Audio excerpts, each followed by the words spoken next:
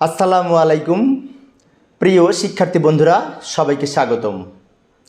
আজকের আমার এই ক্লাসের আলোচ্য বিষয় হিসাব বিজ্ঞান দ্বিতীয় পত্র অধিহারে শেয়ার ইস্যু সংক্রান্ত বরিশাল বোর্ড 2017 সালে যে সৃজনশীল প্রশ্নটি এসেছিল সেই প্রশ্নটির সঠিক সমাধানের চেষ্টা করব। তো লক্ষ্য করে এই যে প্রশ্নটি তোমাদের সামনে আমি উপস্থাপন করেছি, প্রশ্নটি পড়ি। কাবেরী লিমিটেড প্রতি শেয়ার 20 টাকা মূল্যের 2 কোটি শেয়ারে বিভক্ত মোট 40 কোটি টাকা অনুমোদিত মূলধন নিয়ে গঠিত। কোম্পানির পরিচালনা পর্ষদ 80% শেয়ার 10% অধিহারে জনসাধারণের নিকট বিক্রয় করার জন্য আইপিও আহ্বান করে। আইপিও হচ্ছে ইনিশিয়াল পাবলিক অফার। একটা শেয়ার যখন প্রথমে এই অন্তর্ভুক্ত হয় পাবলিক মার্কেটে জনসাধারণের নিকট যখন প্রথম শেয়ারটি বিক্রি করে তখন আইপিও বা ইনিশিয়াল পাবলিক অফারের মাধ্যমে আসে। সর্বমোট 1,75,000 শেয়ারের আবেদনপত্র পাওয়া গেল। ইস্যুকৃত সকল শেয়ারগুলি বণ্টিত হলো, অতিরিক্ত আবেদনের অর্থ ফেরত দেওয়া হলো এবং আইন উপদেষ্টা ফি বাবদ 1 লক্ষ টাকা নগদ পরিশোধ করা হলো। শেয়ারের মূলধন আদায়ের জন্য ব্যাংকে সংগৃহীত অর্থের উপর 1% হারে কমিশন পায়। তো এই হচ্ছে তথ্য। ক নম্বরে বলেছে শেয়ার অধিহার ও ব্যাংক কমিশনের পরিমাণ নির্ণয় করো। শেয়ার অধিহার হবে এই 3,20,00,000 টাকা, ব্যাংক কমিশনের পরিমাণ হবে 38,50,000 টাকা। তো চলো আমরা এই তথ্যের আলোকে ক নম্বরের সমস্যা সমাধান করার চেষ্টা করি। তো এই যে লক্ষ্য করি ক নম্বরের সমস্যার সমাধানের জন্য শেয়ার অধিহার এবং ব্যাংক কমিশনের পরিমাণ নির্ণয় করব। তো এইখানে আমাদের কয়ের যার সাথে যেটুকু রিলেটেড সেটুকু লাল কালার দিয়ে রেখেছি, এই যে লাল কালার। তো আমি এইগুলো নিয়ে এখন কয়ের সমাধান। তো এইখানে আমরা প্রথমে শেয়ার অধিহার লিখব। তো শেয়ার অধিহার প্রথমে নির্ণয় করব। কিভাবে লক্ষ্য করি, শেয়ার অধিহারের পরিমাণ নির্ণয়ের নিয়ম হচ্ছে আমরা যতটি শেয়ার ইস্যু করব তাকে এই অধিহারের পরিমাণ দিয়ে গুণ করে। তাহলে আমাদের এইখানে কিন্তু দুইটা জিনিস নির্ণয় করতে হবে। একটি হচ্ছে কতটি শেয়ার ইস্যু করেছি, আরেকটি হচ্ছে শেয়ার অধিহারের পরিমাণে একটা শেয়ারে কত। তো ভালো করে লক্ষ্য করি, 2 কোটি শেয়ারের 80%, 2 কোটি শেয়ারের 80%, এই হচ্ছে আমাদের ইস্যুকৃত শেয়ার। এটা সমাধান করলে হবে 1,60,00,000 শেয়ার। আর 20 টাকার 10%, এটা সমাধান করলে হবে এখানে 2 টাকা। তাহলে আমরা এটার সমাধান করলে পাবো 1,60,00,000 শেয়ারকে যদি এই 2 দিয়ে গুণ করি তাহলে সম্ভবত পাবো 3,20,00,000 টাকা। এটা হচ্ছে শেয়ার অধিহারের পরিমাণ। এবার আসি কমিশন। তো কমিশন নির্ণয়ের সময় এখানে কি বলেছে ভালো করে পড়ি, শেয়ার মূলধন আদায়ের জন্য ব্যাংকে গৃহীত অর্থের উপর। ভালো করে লক্ষ্য করি, এখানে কিন্তু বলেছে ব্যাংকে গৃহীত অর্থের উপর। ব্যাংকে গৃহীত অর্থ মানে কি, ব্যাংকে যে টাকা জমা হবে তার উপরে কমিশন দিতে হবে। তাহলে আমাদের ব্যাংকে কত টাকা জমা হবে, এই যে লাল কালার দিয়ে রেখেছি আমি, 1,75,00,000 শেয়ারের টাকা ব্যাংকে পাওয়া গেছে। তাহলে ব্যাংকে কত টাকা পাবে, এই 1,75,00,000 ইন্টু এই 22 টাকা। কেন 22 টাকা হবে ভালো করে লক্ষ্য করি, 1,75,00,000 হচ্ছে শেয়ার, আর এইটুকু সমাধান করলে আমরা 22 টাকা পাবো। কিভাবে, 20 টাকা হচ্ছে এই 20 টাকা, আর এই 20 টাকার 10% অধিহার 2 টাকা, 2 টাকা। তাহলে আমরা এই যে পরের লাইনে আসি, ইন্টু এই 1% হবে। তাহলে আমরা পরের লাইনে একটু দেখাচ্ছি, এই 1,75,00,000 শেয়ার ইন্টু এইটুকু সমাধান করলে হবে 22 টাকা, 22 টাকা। তাহলে আমরা এইটুকু সমাধান করে পেলাম 22। কীভাবে 22 হলো, এই 20 টাকা আর অধিহার 2 টাকা, 2 টাকা আর ওই 20 টাকা, এটুকু সমাধান করলে আমরা 22 টাকা পাই। তাহলে এটা দিয়ে এটা গুণ করে যে টাকাটা হবে তাকে আবার এই 1% করব। তাহলে আমরা এইটুকু সমাধান করলে যে টাকাটা হবে পার্সেন্টেজ করলে তার 1% আমাদের কমিশন হবে। আমরা যদি ক্যালকুলেটরে এটা গুণ এইটা সমান দিয়ে যা পাবো তার উপরে যদি 1% হিসেব করি তাহলে আমাদের এই 38,50,000 টাকা হবে, যেটি ব্যাংক কমিশন নামে আমরা পরবর্তীতে জাবেদা করব। তো এই হচ্ছে আমাদের ক নম্বরের সমাধান। তো এবার আবার আমরা সেই উদ্দীপকে ফিরে এলাম। উদ্দীপকের খ নম্বরে বলেছিল শেয়ার ইস্যু সংক্রান্ত জাবেদা দাও। তো আমরা এখন জাবেদা করব, তাই না? এই তথ্যের আলোকে আমরা এখন জাবেদা প্রস্তুত করার চেষ্টা করব। তো লক্ষ্য করি, এই যে জাবেদা প্রস্তুত করার জন্য আমরা এখানে সাধারণ জাবেদা ছক অঙ্কন করেছি। তো এইখানে আমরা কি করব, প্রথমে যতটি শেয়ারের আবেদনপত্র পেয়েছি তাকে 22 টাকা দিয়ে গুণ করব। গুণ করে প্রথম জাবেদাটা করব। কি জাবেদা, ব্যাংক হিসাব ডেবিট, শেয়ার আবেদন হিসাব ক্রেডিট।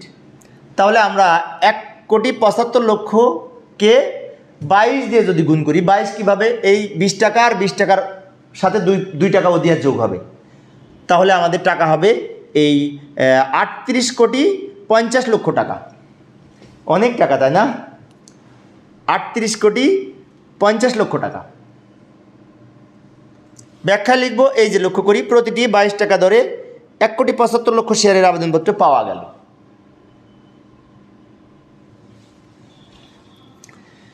এবার আমরা পরের জাবেদাটা করার জন্য আমি পরের স্লাইডে আসলাম, কেননা আমি একটু বড় করে দেখাবো জাবেদা, সেজন্য এই বিশেষ করে এক একটা স্লাইডে আমি এক একটা জাবেদা করাচ্ছি।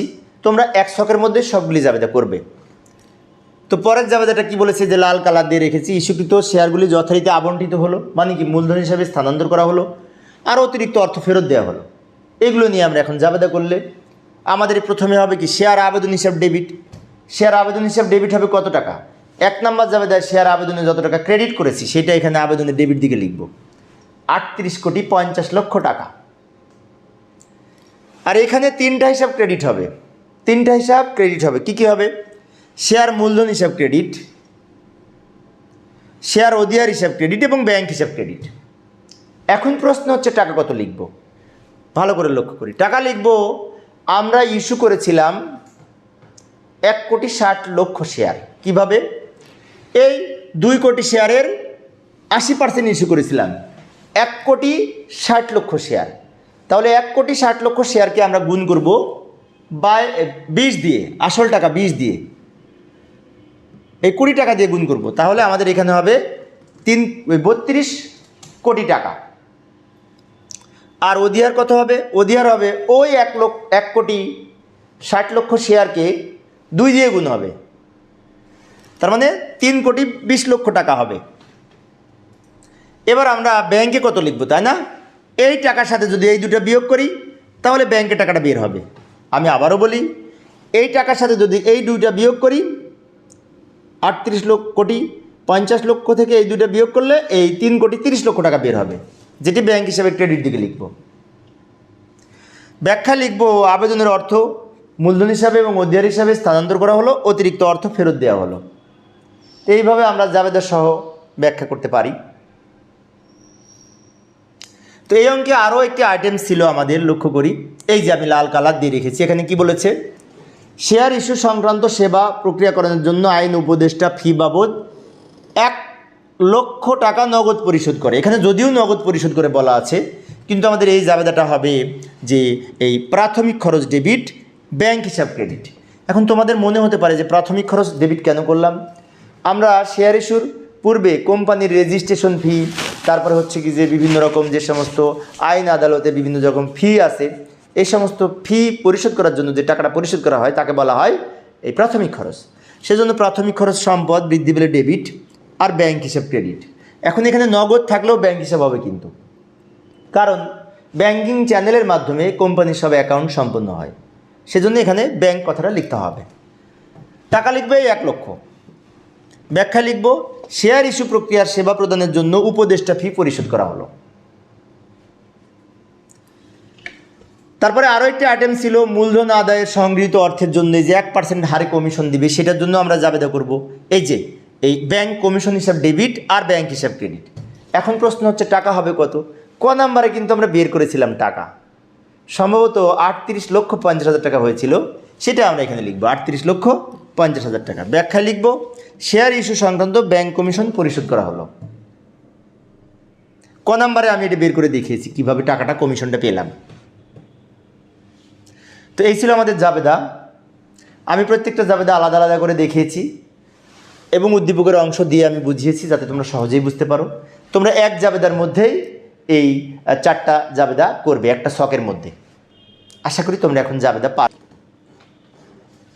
তো প্রিয় শিক্ষার্থী বন্ধুরা, আমরা আবার সেই উদ্দীপকে ফিরে এসেছি গ নাম্বারের সমাধানের জন্য। গ নাম্বারে কী বলেছিল লক্ষ্য করি। গ নাম্বারে বলেছিল কোম্পানির স্থিতিপত্র তৈরি করো, উত্তর হবে 35,20,00,000 টাকা। স্থিতিপত্র বলতে বোঝায় আর্থিক অবস্থার বিবরণী। তো আমরা আর্থিক অবস্থার বিবরণী প্রস্তুত করতে পারি, সমস্যা নেই। আর্থিক অবস্থার বিবরণীর আর এক নাম স্থিতিপত্র এবং এর আর এক নাম হচ্ছে উদ্ধৃত্তপত্র। এগুলো আমরা জেনে রাখার চেষ্টা করব। তো আমরা এখন এর আলোকে যদি আর্থিক অবস্থার বিবরণী প্রস্তুত করি, এই যে লক্ষ্য করি কাবেরী লিমিটেড এর আর্থিক অবস্থার বিবরণী, আমরা এখানে স্থিতিপত্র লিখতে পারি, সমস্যা নাই। তো প্রথমে লিখব সম্পদ সমূহ। তো এই অঙ্কে এই চলতি সম্পদ হবে ব্যাংক জমার উদ্বৃত্ত। এখন প্রশ্ন হচ্ছে ব্যাংক জমার উদ্বৃত্ত কত হবে, তাই না? আমরা প্রথম জাবেদায় ব্যাংক হিসাব ডেবিট করেছিলাম যত টাকা, সেখান থেকে 2 নাম্বার জাবেদায়, 3 নাম্বার জাবেদায় এবং 4 নাম্বার জাবেদায় ব্যাংক হিসাব 3 বার ক্রেডিট করেছি। ওই ডেবিটের টাকা থেকে সব ক্রেডিটগুলো বিয়োগ করলে ব্যাংক জমার উদ্বৃত্ত হবে আমাদের এই টাকাটা, এই 34,80,50,000 টাকা হবে। তোমরা ব্যাংক হিসাবের খতিয়ান করতে পারো, অথবা ব্যাংক হিসাবে ডেবিটে যে টাকাটা ছিল সেখান থেকে ক্রেডিটের টাকাগুলি বাদ দিয়েও এই টাকাটা হবে। ক্যালকুলেটরের মাধ্যমে বের করতে পারো। এবার আমরা লিখব অসমন্বিত ব্যয় বা অলিক সম্পদ। তো এই অঙ্কে অসমন্বিত ব্যয় দুইটি ছিল, একটি ছিল প্রাথমিক খরচ, এই যে লক্ষ্য করি, এই যে প্রাথমিক খরচ আইন উপদেষ্টা 1 লক্ষ টাকা, সেটা এখানে প্রাথমিক খরচ বলে 1 লক্ষ টাকা লিখব। আর একটা ছিল ব্যাংক চার্জ।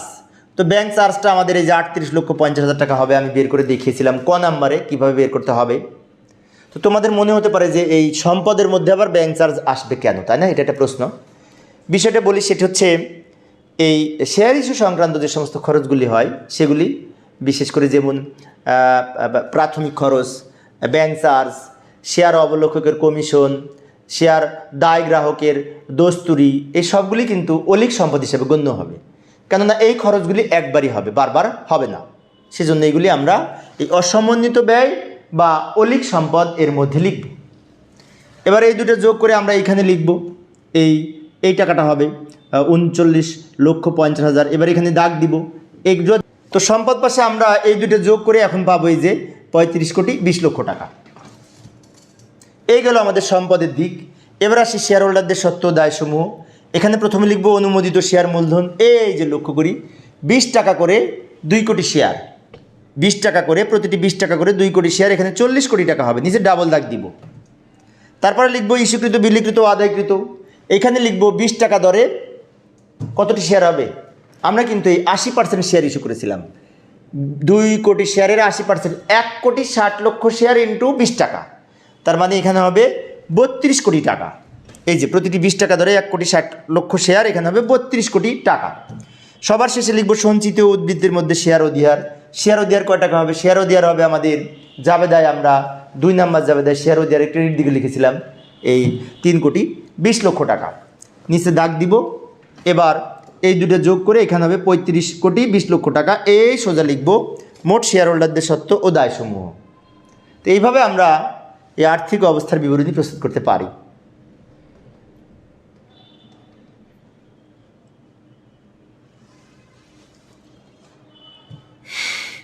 তো প্রিয় শিক্ষার্থী বন্ধুরা, এই ছিল আমার আজকের আলোচনার বিষয়। আমার পরবর্তী ক্লাসের আলোচ্য বিষয় হচ্ছে দিনাজপুর বোর্ড 2017 সালে শেয়ার অধিহারে শেয়ার ইস্যু সংক্রান্ত যে প্রশ্নটি এসেছিল, সেই প্রশ্নটি সঠিক সমাধানের চেষ্টা করব, দেখার আমন্ত্রণ রইল। তো পরিশেষে সবাই ভালো থাকবে এবং সুস্থ থাকবে এই কামনায় খোদা হাফেজ।